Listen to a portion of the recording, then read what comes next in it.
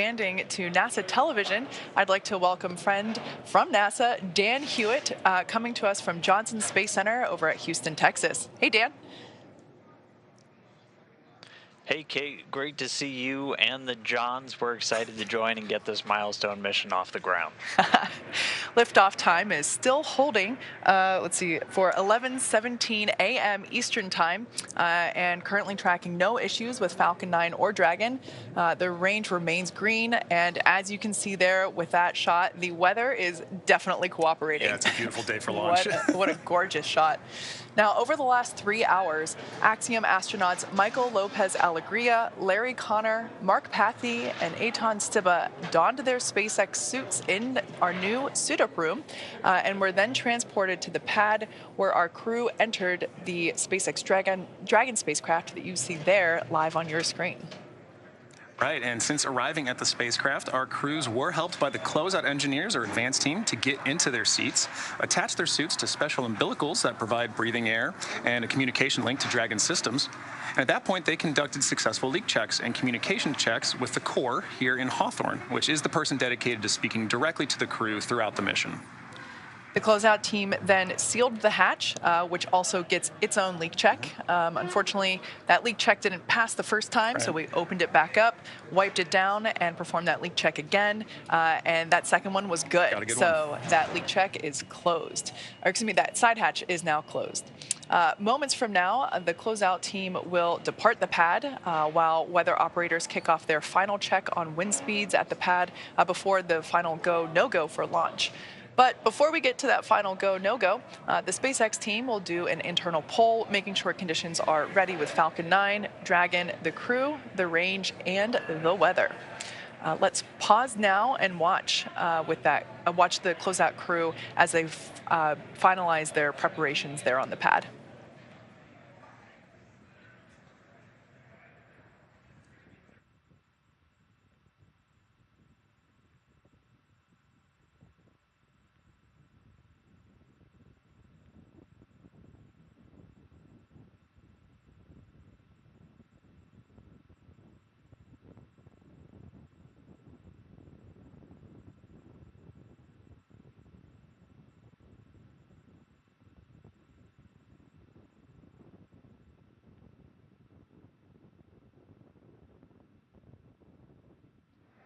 As you can see, the crew there on the right-hand side of your screen continuing to wait another 57 minutes until we lift off from pad 39A, which you can see there on the left-hand side of your screen. We can confirm that the closeout team has departed the access arm there, so that's good news. Now, as the countdown continues, let's take a moment to get reacquainted with our crew today. So the AX-1 mission is commanded by retired NASA astronaut Michael López-Alegría, a Spanish-American who was born in Madrid, Spain, and is also called Mission Viejo, California, as well as Boston, Massachusetts home. Michael is a U.S. Navy captain and has flown 3 times aboard the space shuttle and once aboard Soyuz, so he has quite a bit of flight pedigree. He has conducted 10 spacewalks in his career, accumulating 67 hours and 40 minutes total in the vacuum of space. Both of these landmarks are NASA records. In 2021, he was inducted into the Astronaut Hall of Fame. You might hear us call him MLA a few times around here, so if you like acronyms, here's a new one for you. The pilot for AX-1 is Larry Connor from Dayton, Ohio. Larry is an entrepreneur, nonprofit activist, investor. He's won aerobatic flying competitions and has summited both Mount Kilimanjaro and Mount Rainier. Through AX-1, he'll become the first private pilot to reach the ISS. He'll also become the first human to reach both... SpaceX, you are go for section 6 of 4.100. When ready, report go for launch. That's in work, SpaceX. All right, so just some back and forth with SpaceX core Arthur Berrialt and the crew, continuing to work through our procedures. Ultimately, next check will be to make sure that the crew inside Dragon Endeavour are go for launch. Yeah. Back to our pilot, Larry Connor. As I said, he will also become the first human to reach both the deepest ocean depths and enter the bounds of outer space within 1 year. That's just crazy to me.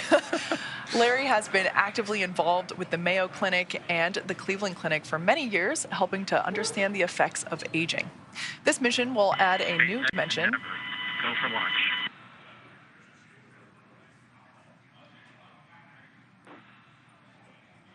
Copy that, Endeavor. Crews go for launch. All right. So that is fantastic news. That's basically 4 thumbs up inside Crew Dragon right now. So really good news there. Yeah. So continuing out our crew, moving on to Mission Specialist 1, Eitan Stiba will become the second Israeli ever to fly to space. In many ways, today's mission is a return to flight for the nation of Israel after the Columbia tragedy in 2003. Eitan served for more than 4 decades as a fighter pilot in the Israeli Air Force, where he received the Distinguished Aviator Medal, and today he is an impact investor and philanthropist. In collaboration with the Ramon Foundation, the Israel Space Agency, and the Ministry of Innovation, Science and Technology, and the Ministry of Education, Stiba will fly to the ISS under the Rakia banner and the maxim, "There is no dream beyond reach." During his time on the ISS, Stiba will facilitate scientific experiments, educational outreach, and one of my personal favorites, artistic activities. Mark Pathy is an entrepreneur, investor, and philanthropist, as well as mission specialist number 2 on this AX-1 mission.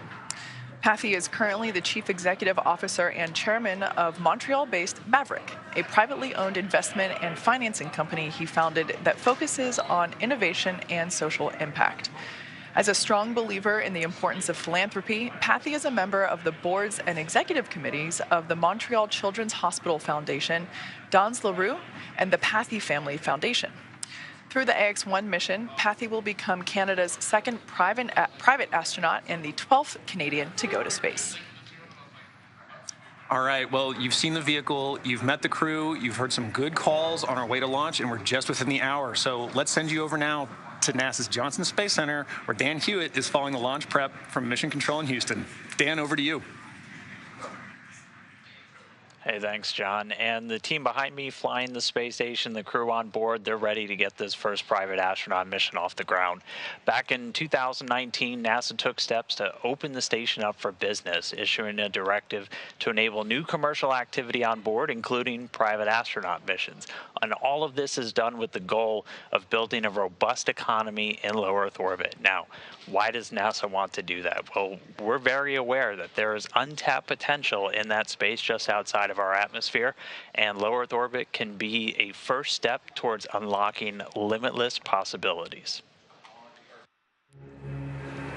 On this July 20th, 1969. It's one small step for man, one giant leap for mankind. Greatness Boy. Okay, we're gonna be busy. cannot always be seized in a moment. Sometimes it requires a first step, a step into the unknown. Not knowing the path, but understanding the goal. Believing that the first step leads to greatness. We've touched the sky, believing it will lead to new worlds. We've left our home, believing in a brighter future. We've come together, believing in shared goals. We've stayed and learned, believing in benefits for all. We take the first step time and time again because we've witnessed its benefits and believe in its potential. So we're expanding and enabling this step for others to push humanity further as we prepare for the next giant leap.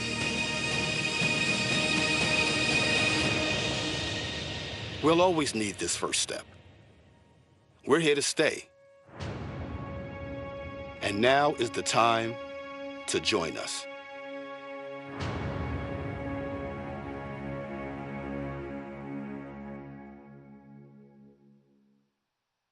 and low Earth orbit is that first step. And for NASA, we're in it for the long haul. For the last more than 20 years, we've shown that you can get incredible value from doing research and technology demonstrations in low Earth orbit on the station. And along the way, we've continually increased our work with commercial organizations, flying research, payloads, entire facilities, experiments, and working with U.S. companies to fly cargo and crew to the station, the latter of those laying the groundwork for the mission we're seeing about to launch today.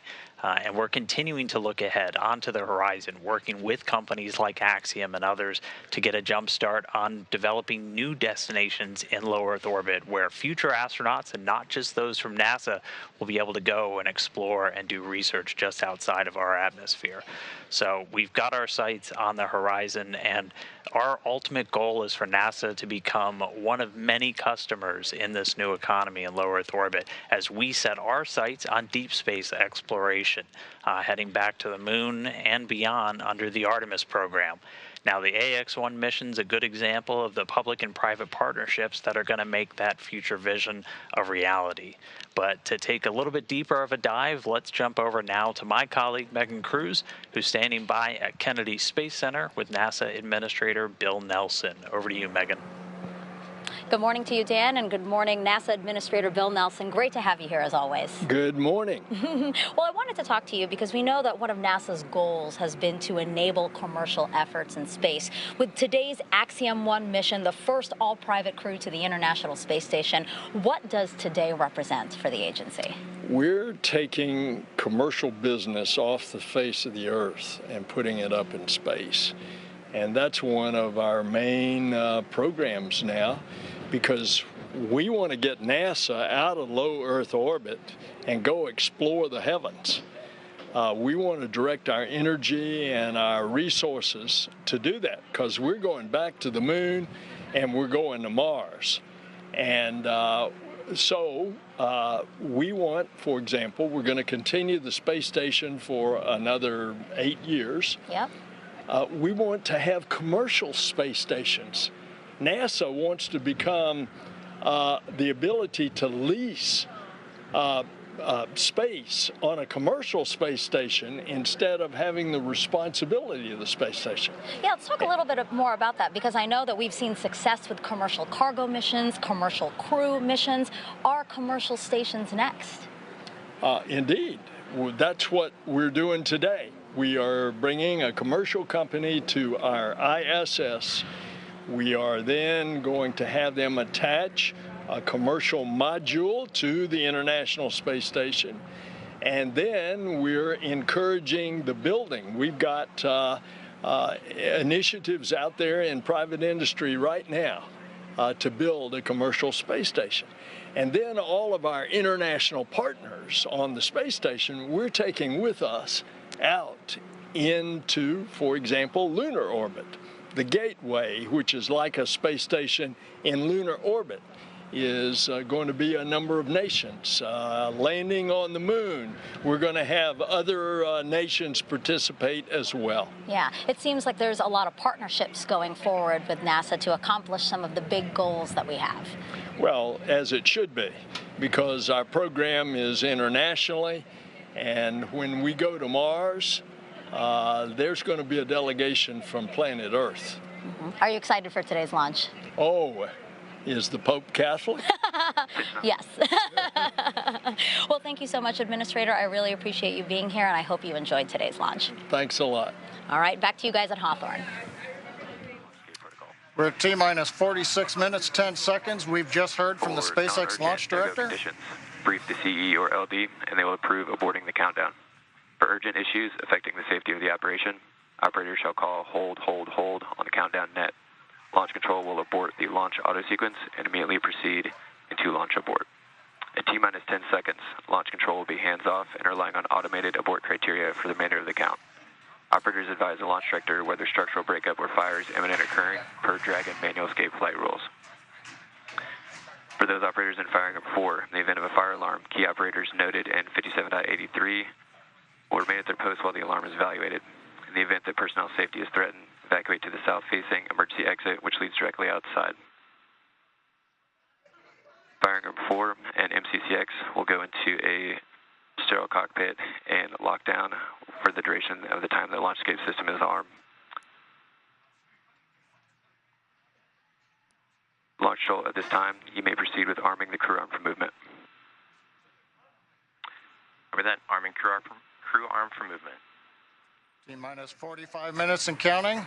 You've just heard the SpaceX launch director give the final execution instructions to the launch Crew team. access arm retraction started. We're ready for propellant load. That'll begin in about 10 minutes. Before that, we've got crew access arm to retract happening now, and then arming of the launch escape system. Everything continues to look good for an on-time launch of Falcon 9 with Axiom 1 mission.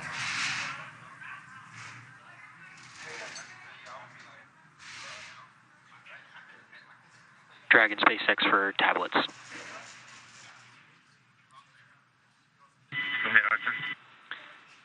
As we prepare to step into LES arming, I need you to verify that the elastic bands are over the corners of all of the iPads in the vehicle.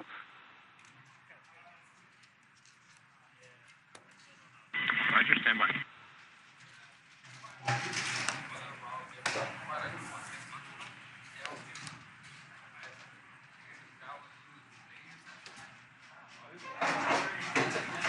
SpaceX Endeavor, Arthur, I can confirm that the elastic bands on the satchels are around the tablets and altitude.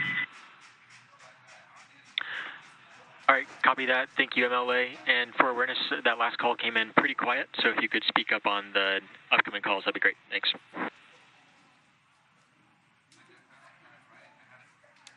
Okay.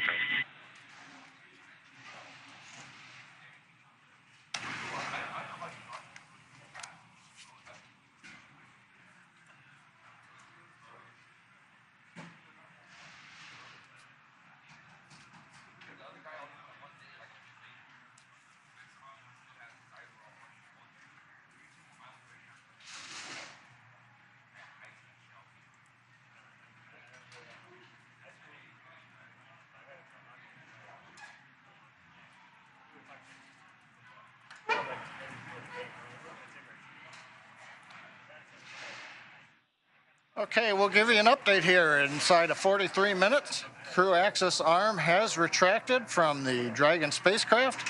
Next up, we've got launch escape system arming. And then at T-minus 45 minutes, or T-minus 35 minutes, we'll begin loading propellant onto the Falcon 9. So right now, Falcon 9s go, Dragons go. Weather looks good, and the range areas are also cleared for launch. So Kate, Crew John, access everything arm is retraction looking good. complete.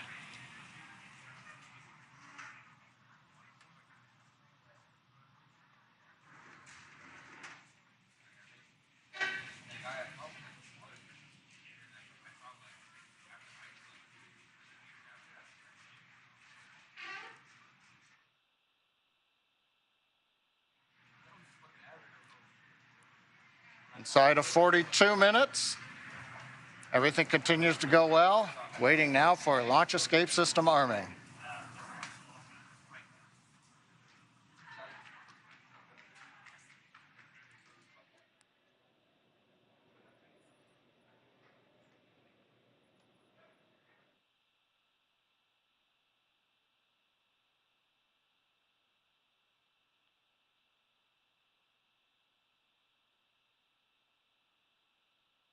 Endeavor SpaceX for launch escape system.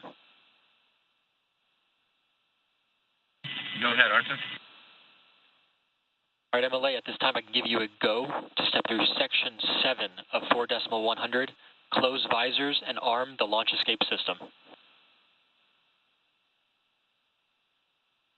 That should work.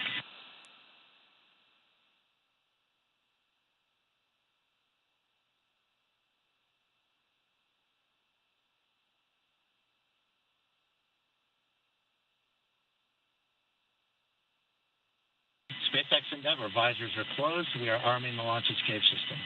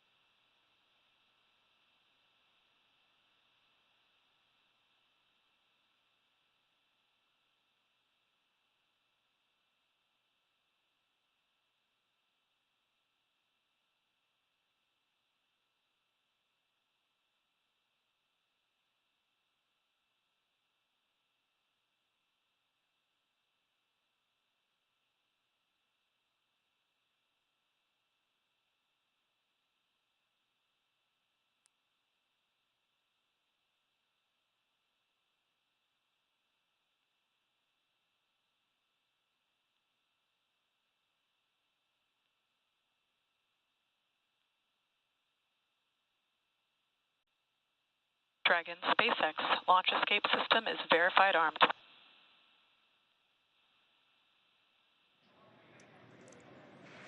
Copy, SpaceX. All right, there you heard it. The launch escape system is now armed. You can see there the crew in their seats with the visors down. Launch escape system, is the first of its kind escape system. It provides escape capability all the way to orbit. It's a really important function to have. Obviously, no intention of using it today, but that's what those call-outs were there back and forth that we just heard. Right, and as we heard earlier too from Administrator Bill Nelson, the importance of low Earth orbit. So speaking of just how valuable low Earth orbit is, the crew of X-1 will be conducting a tremendous amount of science over the course of their 8 days on board the ISS. And not only does that include 25 Axiom managed studies, but it also includes the Axiom crew participating in efforts that extend far beyond this mission. Some of those we actually looked at earlier. One of these broader studies is a series of health monitoring tests before and after the flight. A few days ago, I was able to connect with Dr. Emmanuel Riqueta to talk about the ongoing research this crew will participate in on behalf of the Translation Research Institute for Space Health, also known as TRISH. Here's our conversation. Dr. Riqueta, welcome. It is wonderful to get to talk to you. Please introduce yourself and tell us, what is TRISH? Absolutely. My name is Emmanuel Riqueta, and I'm the Chief Medical Officer at the Translational Research Institute for Space Health. And I'm also faculty at Baylor College of Medicine in Houston, Texas. The Translational Research Institute for Space Health, or TRISH, we're partners to the Human Research Program at NASA. And one of our main goals is to find and fund new disruptive research that is high risk but potentially high reward, with the end goal of keep humans healthy both in space and on Earth. And we have been working with commercial spaceflight missions since last year, and Axiom 1 is our 4th commercial spaceflight mission. That's really fascinating. Can you tell us a little bit more about your primary areas of focus or what you're studying on this mission? Yeah, so TRISH focuses mainly on the high priority areas of human spaceflight research. And I would say the 3 highest priority areas are radiation, behavioral issues that come from being isolated and confined in space. And the third one is how your body changes while you're in a different gravity field, either a zero-G environment like in space, or during different gravity fields when you're in the moon or Mars. Okay, interesting. So what kind of systems or hardware are you working with specifically to capture this data? For this mission, the hardware that we're using is absolutely optimized to provide, number one, the highest quality data, while being still easy to use, easy to implement, and being the lowest burden to the astronauts. So to collect all of this data, for example, vision changes, we have been using a small device, is roughly the size of a shoebox that you can see here. I have this here with me. So this is basically like having an optometrist on a box. Basically, the only thing that you have to do is just grab it, put it on your eyes, look at an object that is roughly 6 feet away from you, and after a few seconds, you get a prescription of your glasses as right here. So as I was saying, if there's any changes on astronauts during these missions, we'll be able to see how that changes with this device. We're also looking, I was mentioning, at behavioral changes, how being in an isolated and confined environment has any behavioral aspects. And for this one, we have been using a small tablet like this one, also to test the sensory motor adaptation, the balance disorders, and the space motion sickness. We're using a device like this. And for each of the crew members, we have a set of hardware like this, and it fits. The 4 sets of hardware fits on a medium-sized suitcase. So it is really easy to move wherever it needs to go for launch and landing. That's wonderful. So what are some of the intended outcomes or goals of the research you're doing? Yeah, so some of the outcomes and one of the main applications, number one for spaceflight that we want to get from this research is that short duration missions like Axiom 1 are very, very relevant in the context of Artemis missions. When we go back to the moon, the first missions are going to be roughly the same duration as Axiom 1. So anything new that we learn from these missions is going to be absolutely valuable. Really, every new piece of data that we collect in spaceflight could potentially solve and be that last piece of the puzzle that we're looking to complete what we need to know. Well, Dr. Riqueta, thank you so much for speaking with us today. We wish you the best of luck. It is my pleasure. Thank you. All right, we are about 30 minutes out from launch of the historic AX-1 mission. It has taken an enormous effort from an incredibly dedicated and hardworking team to get to this moment. And that team wanted to take an opportunity to wish the crew of AX-1 well and Godspeed. Hey X1, we're so happy for you guys and just want to let you know we've got you here on the ground in mission control, so fly high and have some fun. From all of us here at the Integrated Performance Team, we want to wish you luck on your pioneering mission to the ISS and hope to see you in a couple years when AX-H1 launches. It is not only an immense honor to get to watch your monumental mission, but also to have been able to support you on your journey towards this day as well. Hey guys, can't wait for this mission. We put a lot of hard work in. We're excited for you all to have a great time up there, and good luck. Thank you for helping set an important precedence ahead of a very bright future. Good luck, AX-1 crew. Let's conquer space. Hasta pronto. Woo! We want to send you all off with good wishes in this incredible journey. Godspeed. It has been such an honor to watch and support you guys as you prepare for this moment. I'm so proud of each one of you for the dedication, the long hours, and the hard work you've put into making this a meaningful mission. Hello, Axiom astronauts. Thanks for stepping up to the plate for this amazing journey. You guys have trained hard. You've waited a long time, and this is now happening. Safe travels on this historic mission for the first private astronauts to go to the ISS. It's happening. Wave to us from up above because we'll be thinking of you from down below. We're the Axiom Safety Team. We just want you to know that we are really proud of you and we've got your back. We're wishing you a safe and successful mission, and we'll see you when you get back on the ground. Hi guys, we're the Axiom Soft Goods team, and we just want to wish you a good mission and get back safely.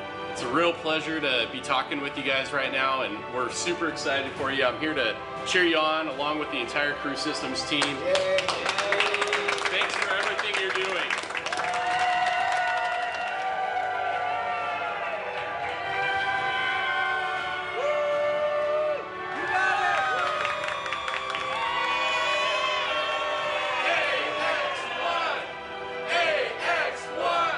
I wish you all the very best, the greatest of success, and the most fun and the most challenging, interesting thing in your life.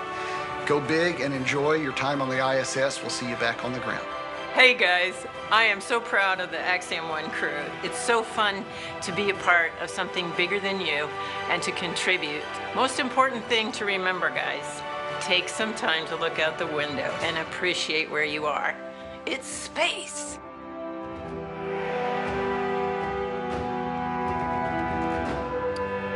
We're T-minus 31 minutes and 40 seconds, counting down to the first all-private astronaut mission to the International Space Station. Now, a few minutes ago, Falcon 9 propellant loading began on time at T-minus 35 minutes. RP-1 fuel loading is underway on both the first and second stages. Liquid oxygen loading is underway on the first stage. Now, we'll finish up fuel loading on the second stage at about T-minus 20 minutes. Doesn't take very long. And then we'll begin loading liquid oxygen on the second stage at about T-minus 16.5 minutes. We'll continue propellant loading on Falcon 9 up until about T-minus 2 minutes. Now, speaking of propellants, the Dragon spacecraft was loaded with its propellants about a week and a half ago, just a few miles down the road from the launch site at what we call Dragonland. In order to fly, Dragon needs a fuel and an oxidizer. Start of stage 1 cryohelium loading.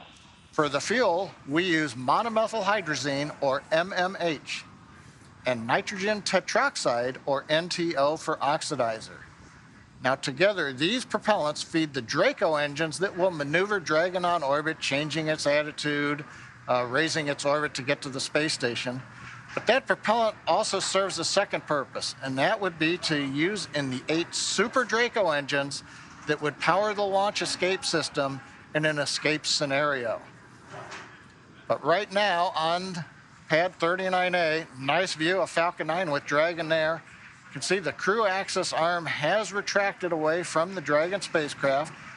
The 4-person crew is inside Dragon right now. The launch escape system is armed. Propellant is going into the Falcon 9. So since we are at this stage with the launch escape system armed, that means the 8 Super Draco engines inside the Crew Dragon are ready, if needed, to launch the capsule away from the Falcon 9 rocket in an instant, should there be any kind of emergency associated with the rocket or the pad. We have the ability to use a launch escape system right now if it was needed. A couple other status items. Weather, as you can see, looks good. Probability of violating the launch commit criteria is less than 10%. The only thing we're watching is wind gusts, but we believe, having seen the wind for the last several hours, everything continues to look good. That should not be an issue. Weather is also good in the Atlantic Ocean should we need to use a launch escape splashdown site for the Dragon capsule.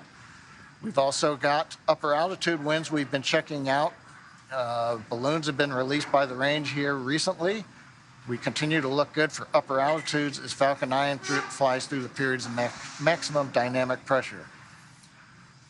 And finally, on the range, of course, we have cleared the danger areas, the hazard, the caution areas. Everybody's out of there except the 4-person crew up in the Dragon capsule, very top of the rocket you can see in the picture. So coming up, T-minus 28 minutes, 30 seconds, everything continuing to look good on Falcon 9 with Dragon for the Axiom 1 mission. Let's take a moment now to get acquainted with the vehicles that you see there on your screen. That's a live view of Falcon 9 with Dragon, our spacecraft on top. Falcon 9 rocket is a rocket, Falcon 9 rocket with the Dragon spacecraft on top together stands about 215 feet, which is almost 30 feet taller than the Leaning Tower of Pisa in Italy, which is 183 feet. Falcon 9 is a reusable 2-stage liquid-fueled rocket, which means that it's kind of like 2 rockets in one, the first stage and the second stage. Very cool. So talking a bit about that first stage. The first stage is the bottom 2/3 of the vehicle that you see there. Has that nice patina. It's been reused a little bit. It's covered in soot from a previous mission. That first stage is responsible for accelerating Falcon and Dragon through the Earth's atmosphere and into space. To do that, it has 9 Merlin engines at the bottom of that first stage. Prior to liftoff, the Falcon 9 first stage is loaded up with nearly 1 million pounds of fuel and liquid oxygen. And the Merlin engines on the first stage are optimized for sea level. These achieve 190,000 pounds of thrust during ascent and descent. The first stage accelerates the vehicle through the Earth's atmosphere into space and then separates the rest of the rocket at about 2.5 minutes into flight. From there, the first stage will do what no other orbital-class rocket in the world can do. It'll make its way back to Earth and target a landing on our drone ship, a shortfall of gravitas, which you see there on your screen. The seas look great. The blue skies, I don't think it could be any more picture perfect. No, it's like a desktop right there, I think. Our drone ships are essentially autonomous, powered spaceports that allow our rocket to land over the ocean. For reference, our drone ships are equivalent to the size of a football field. So while it may have looked kind of small on your screen, they're actually pretty ginormous in real life. It's got to be to hold a rocket, right? As mentioned previously, Falcon 9 is a 2-stage rocket. It's 2 rockets in one. Above the first stage is the second stage. Now, the second stage has a single Merlin vacuum, or MVAC, engine, which ignites after the first stage separates. Cryo-helium loading.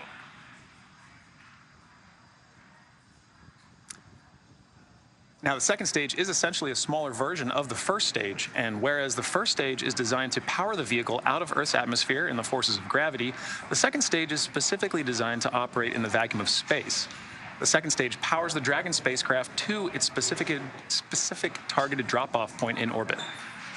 The Dragon spacecraft is capable of carrying up to 7 passengers to and from Earth orbit and beyond. But for today's mission, it is carrying 4 members of the Axiom 1 crew. It is the first private spacecraft to take humans to the space station and the only spacecraft currently flying that is capable of returning significant amounts of cargo to Earth. Like the Falcon 9 rocket, the Dragon spacecraft is also reusable. Today will be the 3rd flight to space for this Dragon spacecraft that the Axiom 1 crew is flying in today. The previous flights for this capsule supported were recently the Crew 2 mission, and before that, the Demo 2 mission, which was our first human spaceflight mission. Pretty incredible. Yeah. Now, as we await T0 in just under 25 minutes, the ground operations teams are doing a series of system checks to make sure both Dragon and Falcon 9 are ready for launch. Let's take a look at what the ascent portion of this mission will look like. Right, so once we hit T-0, we will watch Falcon 9 and Dragon lift off from historic launch pad 39A and make their ascent. At about 50 seconds into flight, Falcon 9's engines will throttle down to help pass through the period of maximum dynamic pressure on the rocket, or what we typically refer to as max Q. It's worth noting that once we hit max Q, the vehicle will be going supersonic. Once we're through the period of maximum dynamic pressure, we can throttle up our Merlin engines again. From there, at about 2.5 minutes into flight, we have a series of 3 events that happen in rapid succession. The first of which is MECO, or main engine cutoff. This is where all 9 Merlin engines shut off in preparation for stage separation, which, as the name suggests, that is where the first stage detaches from the second stage, with the first stage making its way back to Earth for landing as the second stage continues on its journey with the third event. Right, now SES-1, or Second Engine Start 1, is where the Merlin vacuum engine lights up and propels the second stage, along with our AX-1 crew, into orbit. As Stage 2 heads towards its targeted drop-off orbit, Stage 1 will execute 2 burns in order to make its way back to Earth. The first stage is the entry burn, where 3 of the Merlin 1D engines will reignite and then shut down. This helps to slow the stage down in preparation for entry back into Earth's atmosphere. While the first stage is heading back to Earth, the second stage will cut off its singular Merlin engine that was ignited right after stage separation. Once this happens, we'll wait for confirmation of good orbital insertion.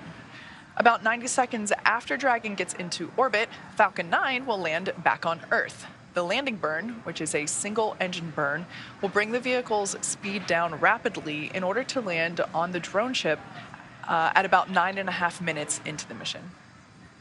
And while Falcon 9's first stage is landing, Dragon is preparing to separate from the second stage. At about 3 minutes after the second stage gets into orbit, we should have a great view of Dragon with its 4-person crew drifting away from the second stage. Now, once Dragon is a short distance away, it will begin checking out its Draco maneuvering thrusters to make sure Dragon continues to increase separation distance from the second stage. And lastly, the nose cone deploy sequence will initiate just before T+12 minutes and finish around T+15 minutes. And this sequence will expose Dragon's docking mechanism in advance of its arrival at the International Space Station. So, as you can tell, it's a pretty jam-packed 12 minutes. Yeah, pay attention. Pay close attention to what you're listening to. Don't blink. With all of that in mind, let's head back over to Dan Hewitt for an update from the ISS team over at Johnson Space Center. Dan?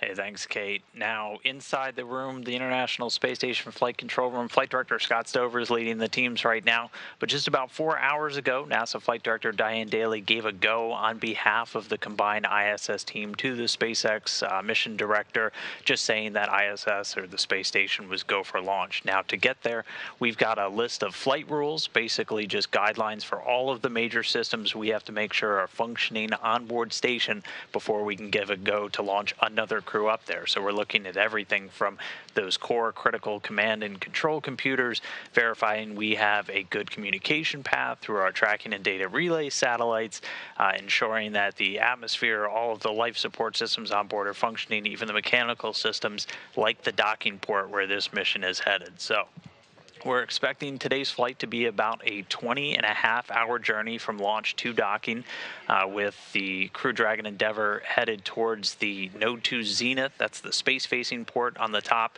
of Node 2, the Harmony module on board the station.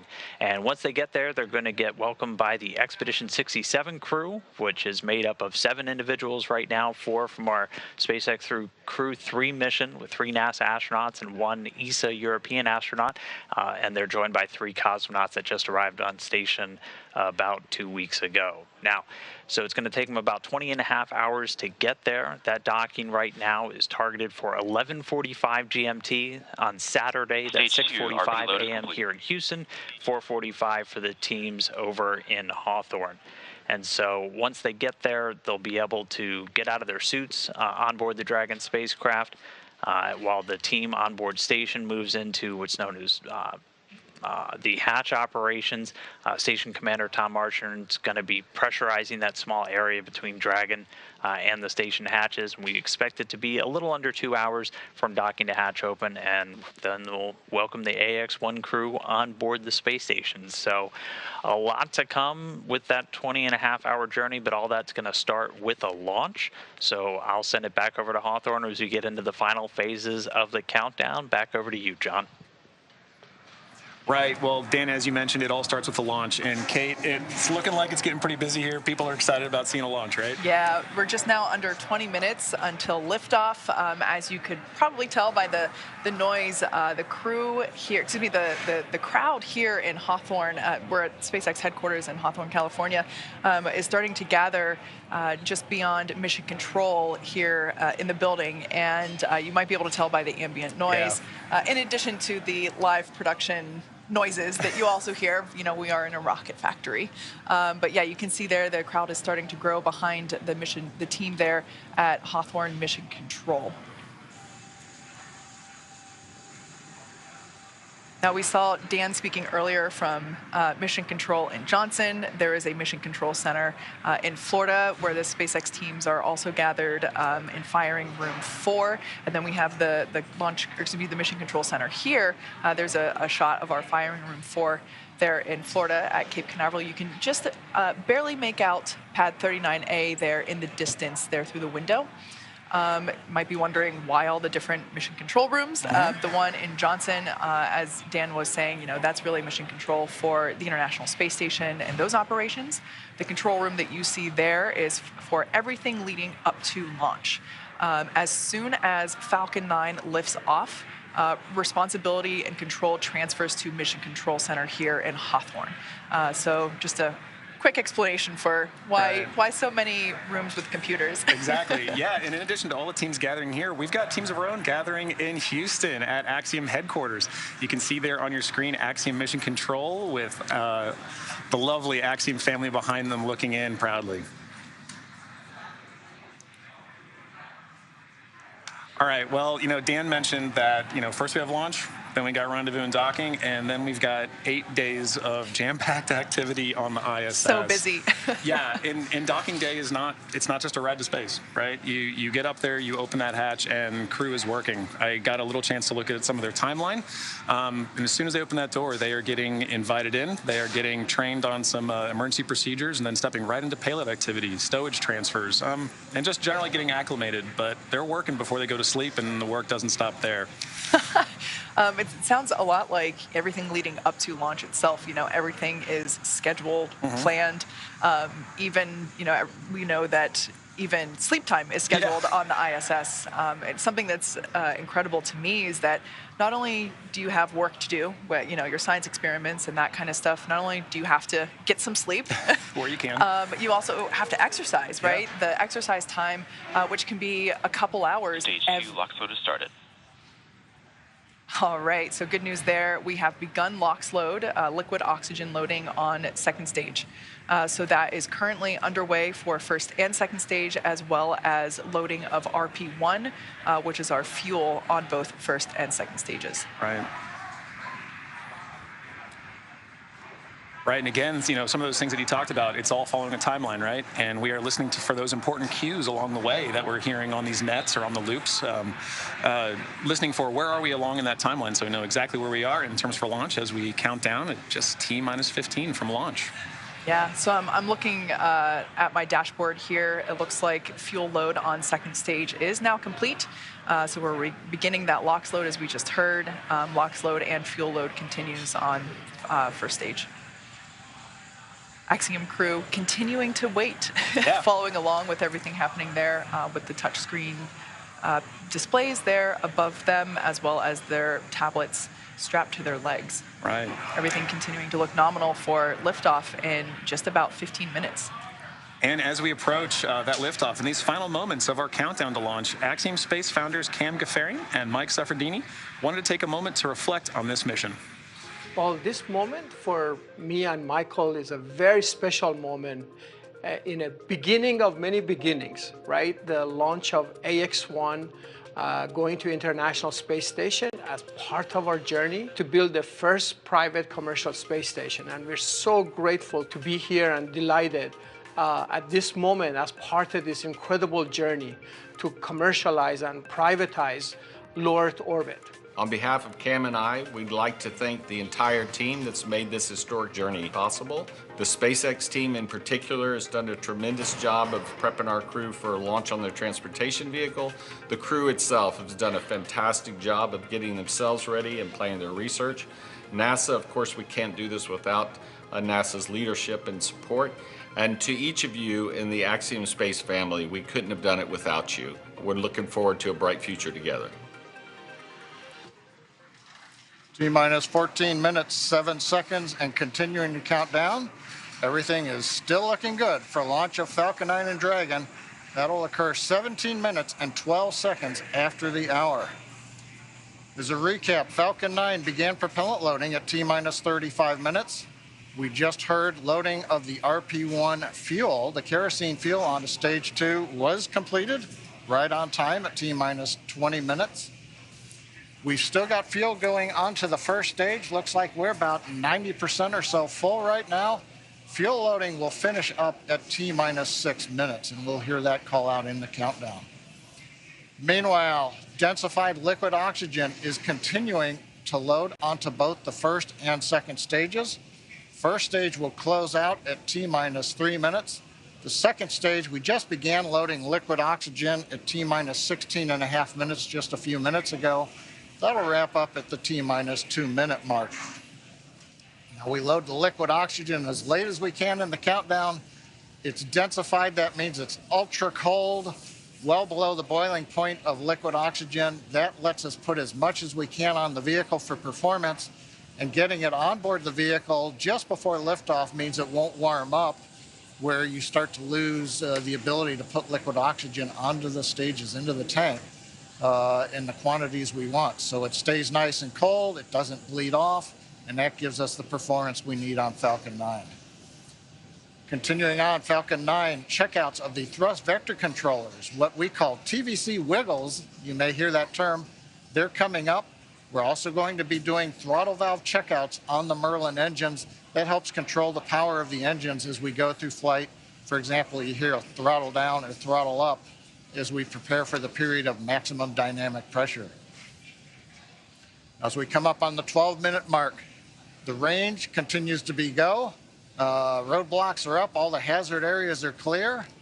Airspace, sea space is good. The weather is go. Beautiful shots you can see here, blue skies. I'm looking forward to some great views from the cameras as we head into space. And then finally on the Dragon side, the Dragon mission director and team, they're reporting no issues. We've done the communication checkouts with the crew. You can see the crew access arm has retracted into the launch position. You can see Dragon now with the strung back of the transport erector, and the umbilical is going to Dragon alongside of it. We've also armed the launch escape system, and obviously the crew is strapped in the Dragon capsule and they're ready to go. Final instructions of the crew will come in about 1.5 minutes at T-minus 10. We'll listen to that. The crew displays will be configured for launch, and that setup will give the crew insight into how the launch is proceeding, and it provides constant updates on vehicle health. The T-minus 5 minutes will be in the terminal count for Dragon. Dragon will transition to internal power, going to its onboard batteries and off of the external ground power. We're going to hear continued callouts on the countdown net as we go from T-minus 10 to 0, and then as we fly after T0 and liftoff, we'll hear callouts as we head into space. And that'll be letting the crew know as they reach each of the milestones. Now, next big event coming up at T-minus 10 minutes is we're going to do launch commit criteria, and final instructions will be going to the crew. One other thing that you will hear is during ascent, you may hear 1 alpha, 1 bravo, 2 alpha. These are launch escape states. As the Falcon 9 flies, if a launch escape was required, the crew on board knows where they are passing various points in the countdown, and that would tell Dragon what sequence of events to execute to come off of the Falcon 9 and bring the crew back safely down under the parachutes in the ocean. Right now, T-minus 10 minutes. Let's listen in to the countdown now. Dragon, SpaceX, confirmed crew displays are configured for launch. SpaceX Endeavour, we confirm they're configured. Copy MLA, and on behalf of the entire SpaceX team, we're honored to have you aboard Endeavour for its third flight to the International Space Station. Axiom 1 marks a new step in commercial spaceflight and research. We wish you a great mission, good luck, Godspeed, and enjoy the ride. Thanks for those words, Arthur. I've got a few of my own. I'm going to let my crewmate Eitan say it first, though. שלום. כמה ימים לפני שאנחנו מציינים את המסע הגדול שלנו לחירות, and a few minutes before launching on this journey, I wish to share with you the words of the Greek poet Constantine Cavafy that well describe the perspective of our marvelous crew. Keep Ithaca always in your mind. Arriving there is what you are destined for, but do not hurry the journey at all. Better if it lasts for years. So you are old by the time you reach the island, wealthy with all you have gained on the way, not expecting Ithaca to make you rich. Ithaca gave you this marvelous journey. בהצלחה AX1, בהצלחה רקיע. Thank you, Eitan. I'm going to continue far less elegantly or eloquently, but as we sit here on the precipice of this new era in human spaceflight, we do so on the shoulders of professionals at SpaceX, NASA, and Axiom. We want to thank all the teams at SpaceX, Falcon 9, Dragon, the launch team, of course, closeout team, all of the folks in mission control, and of course our training teams. With NASA, boy, it's been tough. You know, the first time was always hard, and there's no playbook. It's all open field running, but with ISS program, commercial LEO development, and flight operations, we've learned a lot, and we'll continue to do so. We want to thank Cam and Seth for their vision, but especially all the people at Axiom for putting this mission together with the amount of miracles that they performed. All of you, make no mistake, are the men and the women in the arena. Your faces are marred, if metaphorically, by the best sweat and blood, and you strive valiantly. You will have no place with the cold and timid souls who know neither victory nor defeat. The crew of the great ship Endeavour is ready to sail her proudly, Arthur.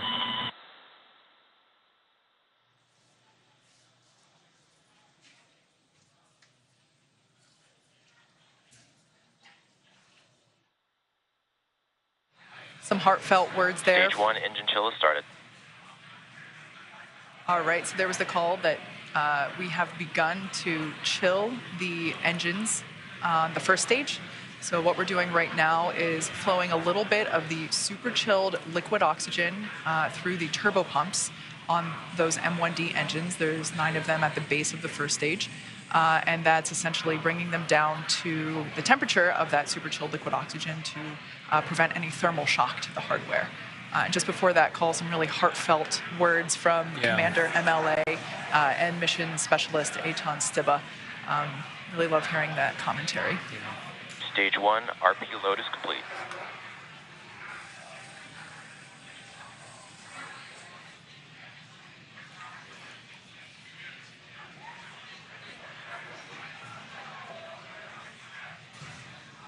At this point in time, fuel is fully loaded on both the first and second stage. LOX loading continues on both stages.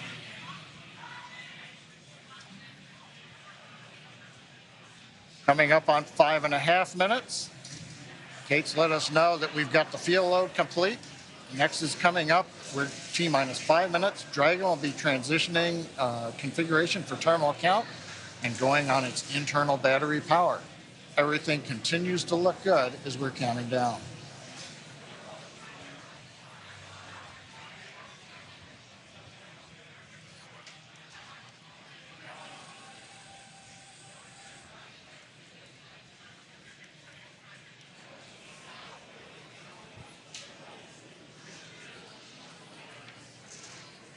Dragon is in configure for terminal count.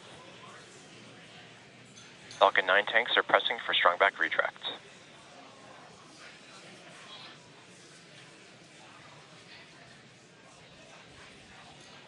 Heard the call out.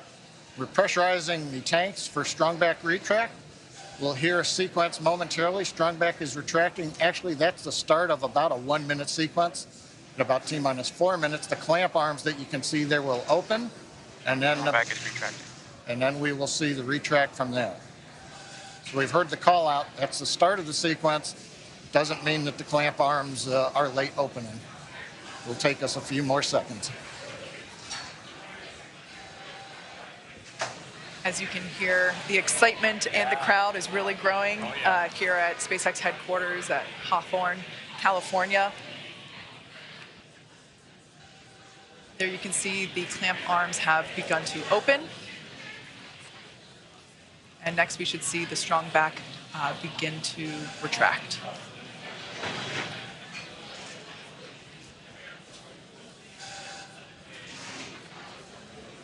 This structure is what we basically use to transport the fully integrated vehicle to and from the hangar to the launch pad. And there you can see that strong back retraction has begun.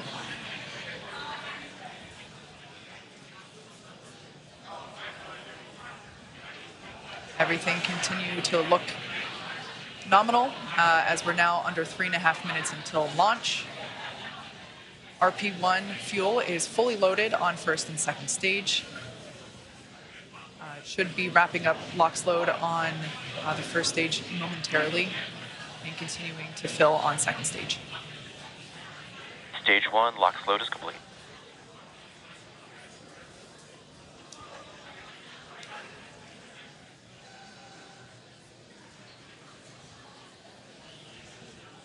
We're under 3 minutes until liftoff of the Axiom 1 mission. Dragon is in terminal count and is on internal power. All right, there we heard that Dragon is on internal power. As I was saying, we're getting close. The crowds are growing. The excitement is palpable. You can see there on the left-hand side of your screen, mission control here in Hawthorne, California, just behind where John and I are. And then on the right-hand side, that looks like Axiom mission control. That looks like Axiom mission control in Houston, Texas. Everybody's waving and saying, hey.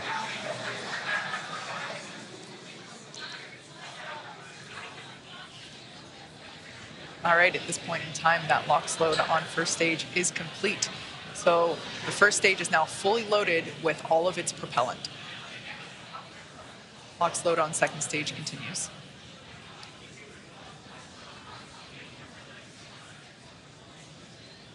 As we've mentioned before, Stage 2, LOX load is complete. All right, so there's that call. At this point in time, Falcon 9 Dragon is in auto idle. Dragon is fully loaded with all of its propellants, nearly 1 million pounds of that propellant. Next event coming up gas closeout has started. right now, venting. The gas closeouts.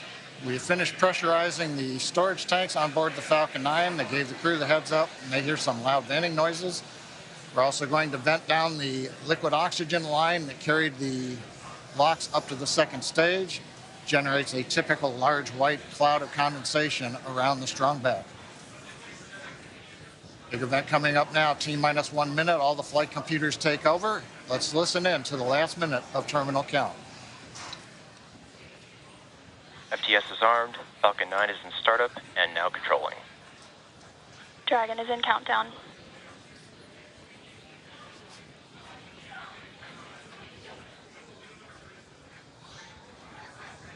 Dragon, SpaceX, go for launch. SpaceX Endeavor, we acknowledge, go for launch.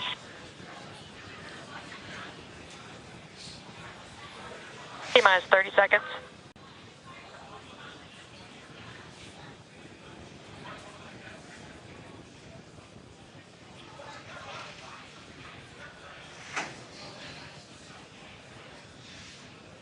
T-minus 15 seconds.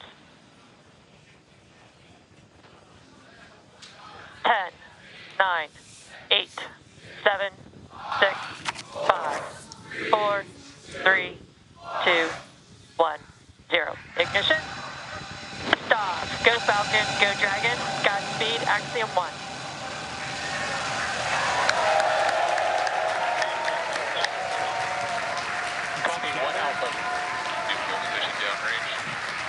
together, a new chapter begins. Godspeed, AX-1. Stage 1 propulsion is nominal.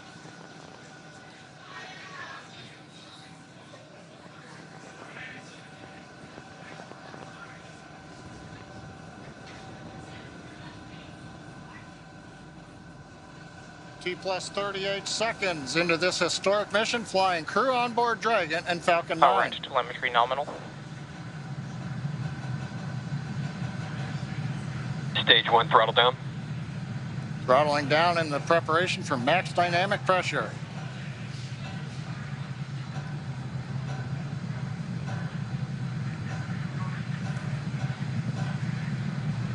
Falcon 9 is supersonic.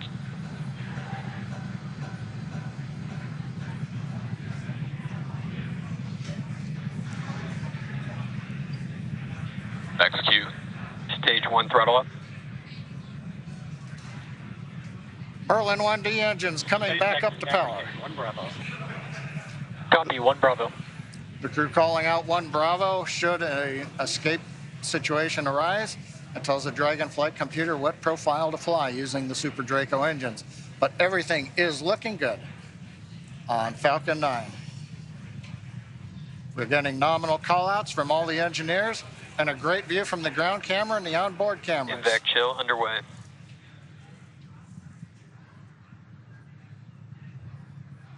Beginning to chill in the second stage turbo pump in preparation for its ignition, coming up in just over half a minute from now.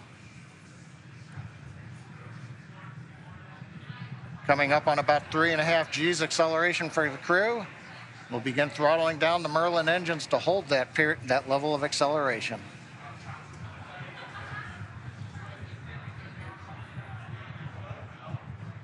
Next event coming up, we're going to get main engine cutoff of the 9 engines. Get stage separation and ignition of the second stage engine. You've heard the throttle down call out. We're holding 3.5 G's for the crew.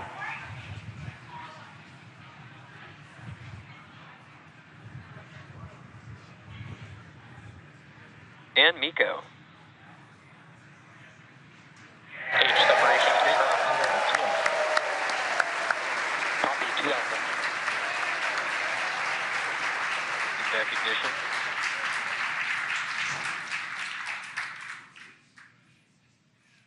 Successful stage separation and ignition of the second stage engine. On the left, the titanium grid fins beginning to slowly deploy. Great views from the first stage camera. The first stage now begins a slow flip maneuver. You can see the white nitrogen gas plumes as we reorient for an entry back through the Earth's atmosphere a little bit later in the plus count. Second stage, we see the engine nozzle glowing red. Everything continuing to look good on the second stage.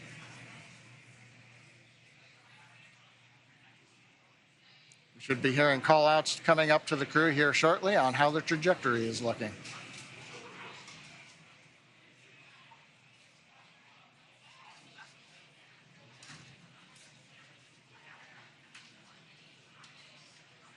Dragon SpaceX, trajectory nominal. It's what we like to hear. Acquisition of signal, Bermuda. An AOS Bermuda, acquisition of signal. The Bermuda tracking station now getting telemetry from the second stage of the Falcon 9 with the Dragon on top. T plus 4 minutes, 10 seconds. Everything continues to be nominal. First stage coasting to apogee, and then it will come back down for landing on the drone ship. Second stage partway through its lengthy burn to get the crew into orbit. So Kate, 4.5 minutes in, everything continues to look good. What a absolutely picture-perfect liftoff. We've got a live view of the crew inside Dragon Endeavour. Looks like everyone is still pretty comfy. As John had said earlier, we got Dragon SpaceX, trajectory nominal. All right, good call out there that trajectory is nominal. Endeavour, we copy. As John mentioned, we got to about 3.5 G's there. Acquisition of signal, New Hampshire. On the left-hand side of your screen, we can see the first stage as it is making its way back down to Earth It's targeting a landing on our drone ship, a shortfall of Gravitas, which is parked a couple hundred miles off the coast of Florida out in the Atlantic Ocean. Second stage on the right-hand side, everything continues to be nominal there, as the MVAC engine is powering the second stage and Dragon Endeavor to its targeted drop-off orbit.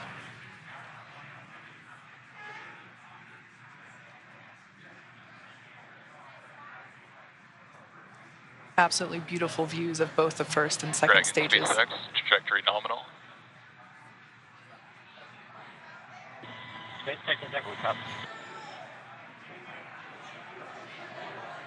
All right, so coming up in about a minute and a half, the first stage will execute the first of 2 burns required for today's landing attempt.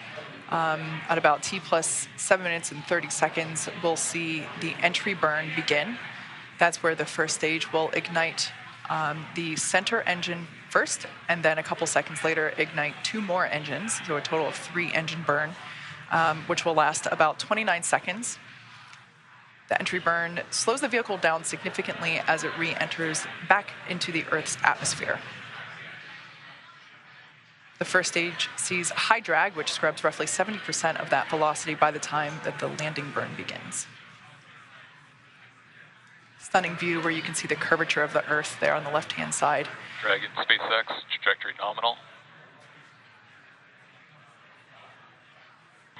SpaceX Endeavor, we copy. There you can see the nitrogen gas thrusters. So that's the puff of gas that you see there occasionally. That's used for attitude control systems. We also utilize those grid fins that you see. There are 4 of them placed around the booster. And those grid fins also help steer for a precise landing, either at Stage 1 entry burn startup. Stage 2 flight. All right, there we can see that that entry burn has begun.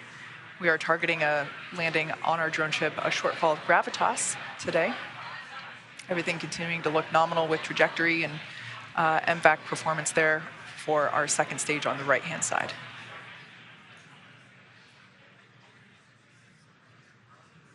So we are conducting the entry burn.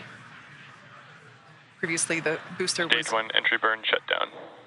That entry burn helps slow the booster down. It was going about 25 times the speed of sound. So we slow it down as it re-enters the dense part of the Earth's atmosphere.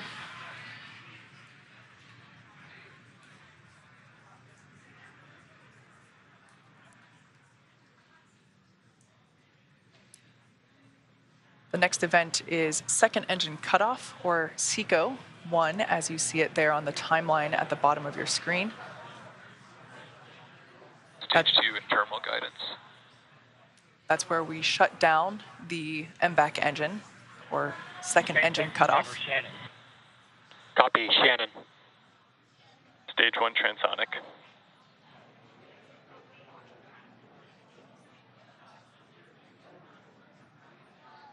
Note that our landing burn and second engine cutoff will occur about the same time. Shut down. All right, we got a live view of the crew inside Dragon Endeavor there on the right-hand side of your screen. Stage 1 landing burn. Landing burn has begun for the first stage. SpaceX, nominal orbit insertion. All right, great news there. Dragon Endeavor, nominal orbit insertion. SpaceX Endeavor, we copy, and it's great to be here. 0G, and we feel fine. Stage 1 landing leg deploy. SpaceX Dragon launch skip system disarmed. As you can see, this Falcon 9 has landed for the 5th time. All the while, great commentary there. Landing confirmed. While we can confirm the landing. Signal determined, and also signal detected, Cape. Confirmed landing there of the first stage booster. Also, almost simultaneously, great news for the second stage. We heard that there was nominal orbit insertion for Crew Dragon Endeavor. There you can see a live view inside our Dragon. Looks like the crew is beginning to adjust to 0G. And if you look at the right-hand side corner, it looks like we can see the 0G indicator. You know, that was one of my that was one of the things I really wanted to see, what they were going to bring for their zero-G indicator, so I can't wait to see what comes on. It looks, I can't quite tell, Pokemon? Maybe, okay, well, hopefully it'll come into closer view. Yeah, and if not, we'll get to ask them later, hopefully. Yeah, great to see the crew here, again, starting to, really getting their first taste of microgravity. Yeah. Oh, it has ears? Oh, it's a bunny. Is that Thumper? I think it might be. I think that's Thumper from Bambi. Love it. So right now, the second stage is basically preparing for Dragon separation. The next step now that, as we said, Dragon has nominal orbital insertion, the second stage and Dragon will separate. Views there of our MVAC engine now shut off, no longer glowing that lovely shade of orange.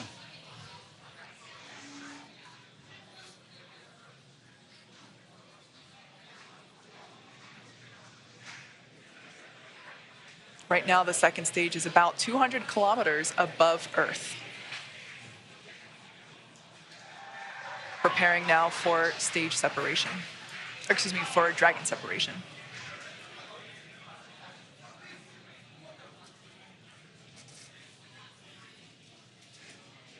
For those of you that have just recently joined us, we had an on-time liftoff of the Axiom 1 crew. They are now in space and coming up to separation from second stage, at which point they will then begin to make their journey, continue their journey to the International Space Station.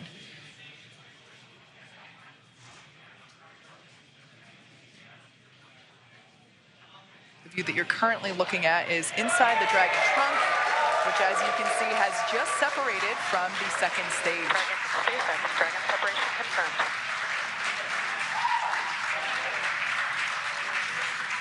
On behalf of the Falcon 9 team, welcome to space. Thanks for flying Falcon 9. Guys, enjoy your trip to that wonderful space station in the sky. Do some great research for us. We'll look to see you back here underground. Now stand by for some words from LD. And MLA and the rest of the crew Endeavor, glad we got to have some fun this morning. We'll probably be calling it an early weekend over here at the Cape. Pass you over to Anna and the team. You'll be in good hands. Godspeed, Endeavor. Enjoy the rest of your flight. Cheers. Hey, Mark. It was a lot of fun. I venture to guess we had a little bit more than you did. We thank you and your launch team, Girth, you and the Falcon 9 team. It was a hell of a ride, and we're looking forward to the next 10 days.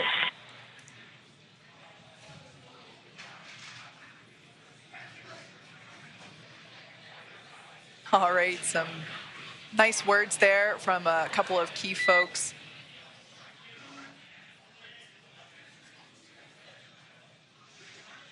Our first Quindar tone of the mission. Yeah, I queued up right when I heard that. There we can expected loss of signal, Bermuda and New Hampshire. There we can see Dragon Endeavor on its way to the International Space Station. It has separated. There's a view Dragon inside. SpaceX, we had nominal dehumidifier activation and service section Draco checkouts.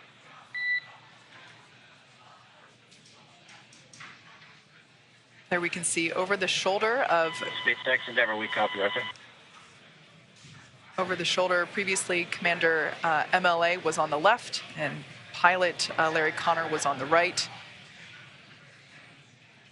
Live view inside the cabin. They just got the okay to lift their visors. All right.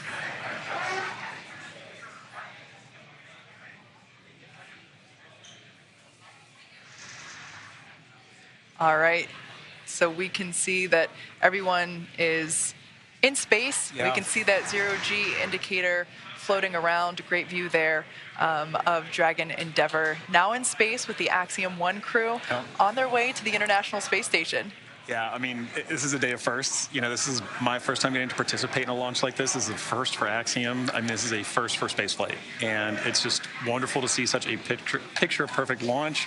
It really was. We saw the landing and we saw orbital or zero-G insertion at the same time. I mean, that was perfect. Yeah. It was wonderful to see.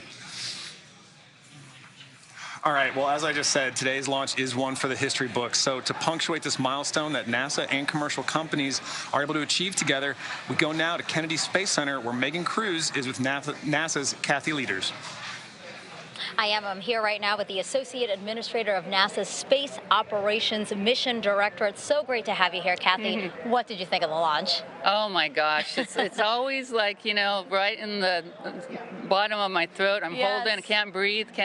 Yes. But what a beautiful, beautiful sight. Yeah. So good to see it. I want to tell everybody working Artemis 1 wet dress, we're off the range. We're off the range for Axiom 1, and we can get moving. But you always want to hear the engine cut off. You always want to hear that second stage engines lighting. You always want to hear, you know, each of these stages, and we need to just keep carefully working through the different steps to get that crew there to the International Space Station safely. Yeah. What does Axiom 1 represent? Axiom 1 and also future private astronaut missions to the International Space Station. Hey, you know, NASA's original goal was to enable commercial industry. That was actually in our original Space Act agreement. And so here we are, you know, 60 years later, enabling that through our missions. And so I just feel like this is a culmination of 60 years of work for us. And here we are once again getting to see, and for the first time getting to have commercial, you know, private astronauts going to the International Space Station, and they'll get to see what our government, what they're calling professional astronauts doing their real work, but then also getting to do their work too. And it's another place where learning to peacefully work in space, I think, is moving us forward. Yeah, so important. And you know, we just watched Axiom 1 lift off from that launch pad right there behind us. In a couple of weeks, we're going to see Crew 4 launch from that same launch pad. And then just right next to it, Pad 39B, we have NASA's brand new Space Launch System. Can you recall a busier time we've had here at the Space Coast? And how is Kennedy Space Center managing its new role as this multi-user spaceport? So I think somebody else, Bob Cabana had this dream of a multi-user spaceport here. So I think he should be very, very proud of his KSE team, and Janet Petro and her team are obviously leading the way right now, because this is not easy to do. It's not easy to go make sure all of these people have all the capabilities and are obviously working with our Air Force sister agency there too, and making sure that all these launches get supported in a seamless way. Just an amazing job. Yeah, a lot of juggling that has to happen. Yep. So, you know, I just talked about SLS. We are looking forward to the moon with that launch later this year. You know, why is it still so important to maintain a presence in low Earth orbit when we're looking towards the moon now? Because we still don't have everything figured out how to do things yet for the moon and Mars. And really, the cheapest place for us to see a differential gravity environment and for the long term is still LEO. Yeah. And so we've got to continue to do these long duration flights, keep doing our medical protocols, keep doing our physical protocols, keep testing out our equipment through those long duration missions. It's the only place where we can do that right now. Yeah. And so we still need to be able to have this kind of a test bed for us to be checking out and proving our protocols, our research, our technology before you go put somebody in a rocket that's going to go to Mars, right? So just like always, we prepare, we get ourselves ready, and a low Earth orbit destination is a perfect place to do that. And again, how does us fostering commercialization efforts in space, how does that free us up to pursue these other dreams that we have as an agency? So, you know, the administrator today in the pre-mission conference, he said, you know, we right now are doing, this is our first step. We're working with a commercial company to have them come to our International Space Station. And we're learning to work together and figuring out how to work together. And this is going to be an important step for us, because moving forward, we would actually like to now be able to buy a ride and time on orbit with a commercial company to be able to have them do that. And so this is the first step of their learning from us and us learning from them. And then in the future, you know, we're going to have space station for another 8 years, but we would like by the early 2030s for us to be flipping the roles and have our professional astronauts going up and checking and doing and focusing on the research and technology we need for exploration, but allowing commercial providers to be doing the hard work of maintaining the laboratory. Kathy, what an exciting future. I'm looking forward to seeing it, and thank you again for being here. Thank you. All right, back to you, Dan. All right. Hey, thanks, Megan. It is great to see the AX-1 mission on orbit. The team here with the space station are ready. We're ready to get them on board. So their journey just started. They've got about 20.5 hours until they're docked to the space station. Again, they're headed for the Zenith port on Node 2. That's the space-facing one on the very top. With that docking scheduled right now for 11:45 GMT on Saturday. That is just about 6:45. 50 years ago, we pioneered a path to the moon. The trail we blazed cut through the fictions of science and showed us all what was possible. Very pretty out here. Today, our calling to explore is even greater. To go farther, we must be able to sustain missions of greater distance and duration. We must use the resources we find at our destinations. We must overcome radiation, isolation, gravity, and extreme environments like never before. These are the challenges we face to push the bounds of humanity. We're going to the moon to stay by 2024, and this is how. This all starts with the ability to get larger, heavier payloads off-planet and beyond Earth's gravity. For this, we designed an entirely new rocket. The Space Launch System. SLS will be the most powerful rocket ever developed. And with components in production and more in testing, this system is capable of being the catalyst for deep space missions. We need a capsule that can support humans from launch through deep space and return safely back to Earth. For this, we've built Orion. This is NASA's next-generation human space capsule. Using data from lunar orbiters that continue to reveal the moon's hazards and resources, we're currently developing an entirely new approach to landing and operating on the moon. Using our commercial partners to deliver science instruments and robotics to the surface, we are paving the way for human missions in 2024. Our charge is to go quickly and to stay, to press our collective efforts forward with a fervor that will see us return to the moon in a manner that is wholly different than 50 years ago. We want lunar landers that are reusable, that can land anywhere on the lunar surface. The simplest way to do so is to give them a platform in orbit around the moon from which to transition. An orbiting platform to host deep space experiments and be a waypoint for human capsules. We call this lunar outpost Gateway. The beauty of the Gateway is that it can be moved between orbits. It will balance between the Earth and Moon's gravity, in a position that is ideal for launching even deeper space missions. In 2009, we learned that the moon contains millions of tons of water ice. This ice can be extracted and purified for water. It can be separated in oxygen for breathing or hydrogen for rocket fuel. The moon is quite uniquely suited to prepare us and propel us to Mars and beyond. This is what we're building. This is what we're training for. This we can replicate throughout the solar system. This is the next chapter of human space exploration. Humans are the most fragile element of this entire endeavor, and yet we go for humanity. We go to the moon and on to Mars to seek knowledge and understanding and to share it with all. We go knowing our efforts will create opportunities that cannot be foreseen. We go because we are destined to explore and see it with our own eyes. We turn towards the moon now, not as a conclusion, but as preparation, as a checkpoint toward all that lies beyond. Our greatest adventures remain ahead of us. We are going. We're going. We are going. We are going. We're going.